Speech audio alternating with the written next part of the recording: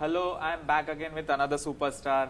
He's none other than Premier League legend Alan Shearer. I'm Jigar Mehta, and we are back here at First Post, bringing you some special guests. Alan, welcome Thank you. to First Post. Alan, what brings you to India?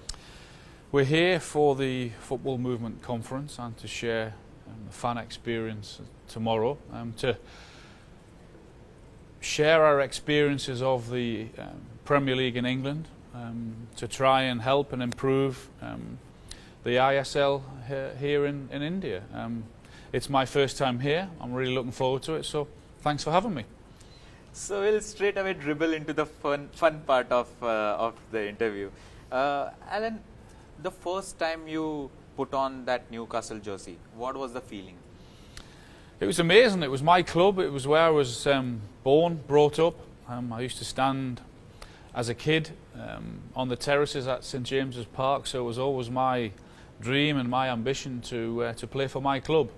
And of course, when I did that, it was everything I hoped it would be and a lot more. I scored on my debut at St James's Park for Newcastle. Then it was just incredible. It was an incredible feeling to do that in front of all my friends and all my family. It was great because it was my club that I always supported.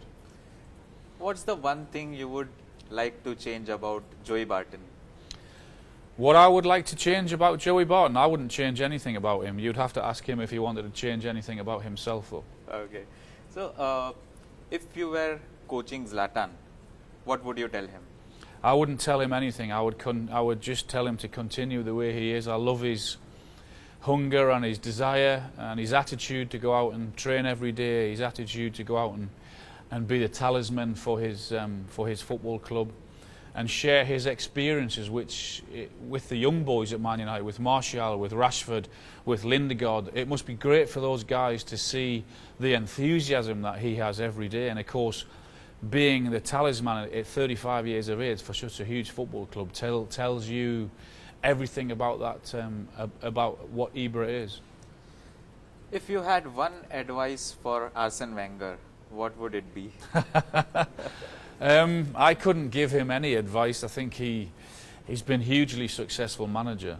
When you look at his record of finishing inside or in the top four every single year. If I was a businessman, if I was a chief executive, head of my particular company, then there'd be one guy I'd want to have as my manager, because he brings the finance he has brought into Arsenal Football Club has been just superb. And I know they haven't won the Premier League for a long time, which is what the fans want now, but fans also have to look at it and realise, look at what happened to Manchester United when Sir Alex Ferguson left, when he'd been there for such a long time. So it's a case of sometimes be careful what you wish for. What is your proudest moment in football? My proudest moment in football is being named England captain. I always wanted to play for England, but I'd never ever felt or ever thought that I'd be the captain of England. To walk out with the armband at Wembley, or to represent your country in World Cups and European Championships as a captain, then I don't think it gets any bigger or better than that. What's your favourite nutmeg? I can't remember too many nutmegs. I remember all my goals, but not too many nutmegs. I never got judged on nutmegs, always goals. So what's your favourite goal then? Favourite and best are different. My best would have been my volley, I think, for Newcastle against Everton at St James's Park. Favourite, I have so many. So many in the Premier League. My first for Newcastle when I broke the Newcastle record. So many at Blackburn when we won the Premier League at Blackburn in '94-95. And the ones for England in Euro '96 against Holland, and the atmosphere in that game was just incredible. So many. So what was your first reaction when you saw that magical goal by Dennis Bergkamp against Newcastle? Do you want the truth?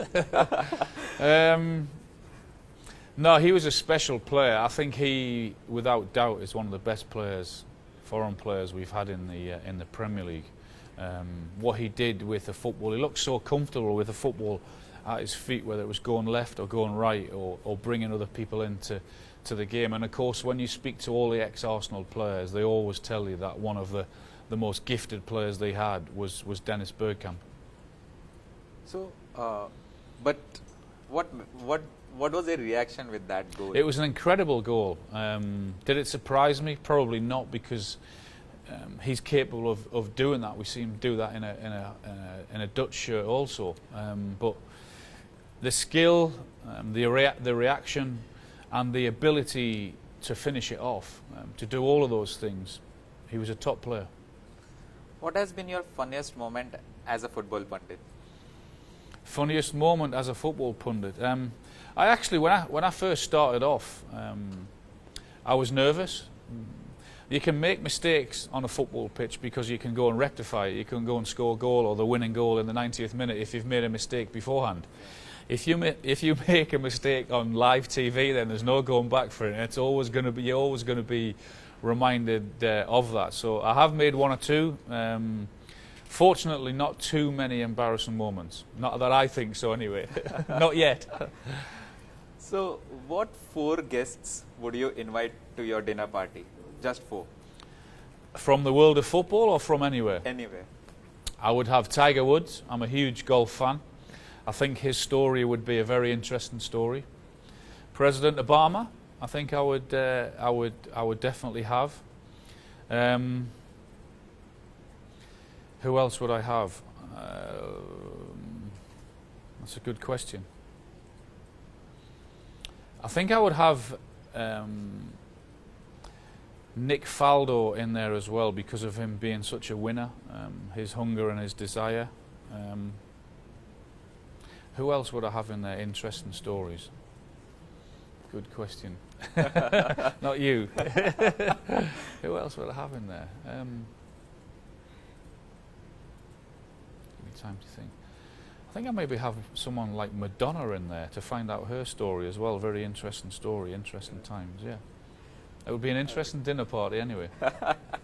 So, who's the dirtiest defender you have played against? Dirtiest? Yeah. I don't know about dirty, but I would... the best defender in the Premier League that I faced was Tony Adams. He was hard. We had some great battles, but he was fair. He kicked me, I kicked him. He was a leader, he was a captain. But one of the good things is that we always shook hands at the end of the game and said well done, whether Arsenal had won or whether I had won. So he was the best defender, but he wasn't dirty. He was hard, but he was also fair. So who is the most irritating pundit to work with?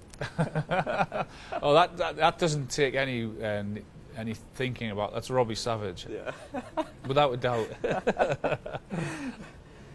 So which is? But I do like him. Yeah. So which is the one player that reminds you of yourself the most? Now I think I see a bit of Harry Kane. When I look at Harry Kane, I see a bit of myself in him. I see a bit of Teddy Sheringham in him. I think he's very good at most things, whether he's taking the ball to feet, whether he's finishing, whether he's going in behind, good in the air. And he's probably the one guy I think that if he stays fit, which is a big if he stays in the Premier League for the next 10 years, then I think he's the one guy that could possibly go on and break my goal scoring record. So when was the first time you performed that famous salute celebration of yours? It was in my early days back in Southampton. I don't know why I did it. I just did it, and the more I got criticised for it, then the more I thought I'm going to stick with it.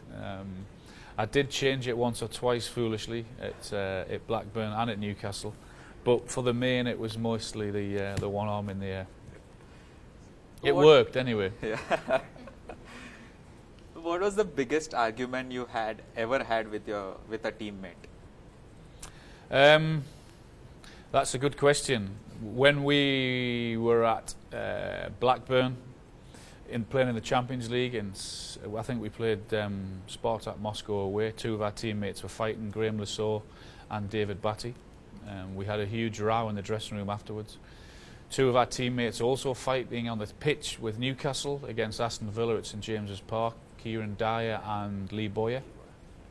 And there was a bigger row in the dressing room then. So probably on both those occasions, they weren't great scenes, very poor professionally, and words were said in the dressing room, not in a polite way as well. Yeah. So, if you were playing right now, under which manager would you have loved to play? I probably think Jose Mourinho.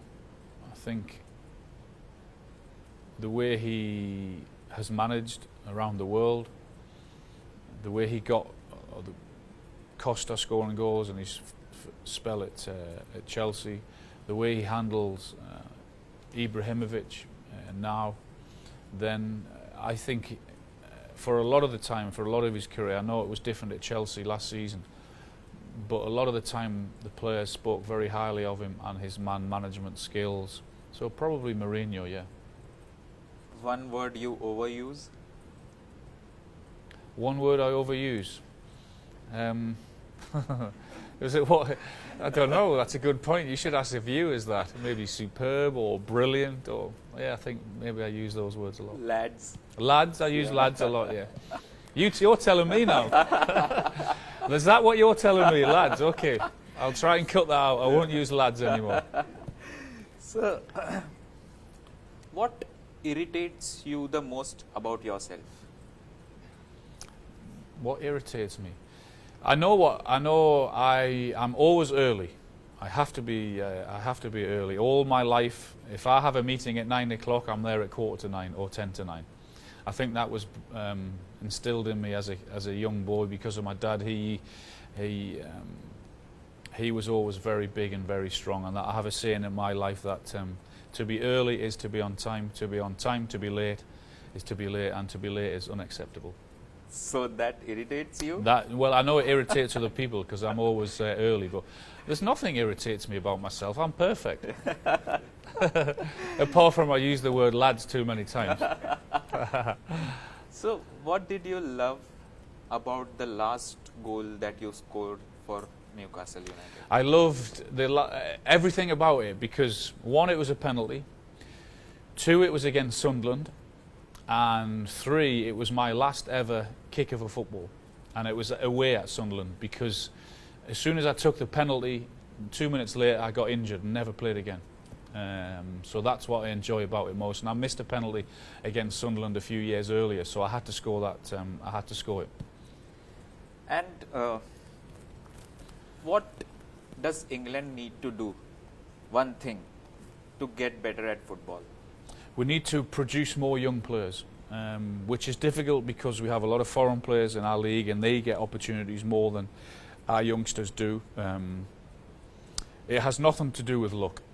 We can say we've been unlucky once or twice with penalty shootouts, but in the main we have to hold our hands up and say we haven't been good enough in major tournaments, but we have to start producing more young boys. One thing you liked about Roy Keane? He was a winner. His hunger, his desire. I didn't know Roy Keane personally. Had plenty arguments with him on the pitch, but certainly if there was one player I'd want in my team from around those years, then it would probably be Roy. Okay, one more. Would you ever like to feature in Arsenal Fan TV? That's also a good question. I think they probably wouldn't want me on there because I always say the same things as what they do, is that Arsenal aren't good enough to win the Premier League. I always say what those guys say anyway. They have brilliant moments in the season for 2 or 3 months, and a lot of people say, oh, how great they are and they're going to win the league, but nothing has changed at Arsenal in the last 7 or 8 years, is that with the mentality that they have, and that's why I say at the beginning of every season that I don't think Arsenal will win the league. So they probably wouldn't want me on there. I wouldn't be controversial enough for them. And one message for First Post viewers.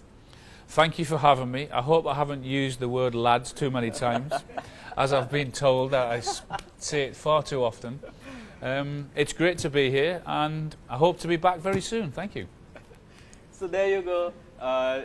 It was a legend on first post, none other than Alan Shearer. I'll be back again with another superstar. Until then, goodbye and take care. Cheers, lads. Cheers.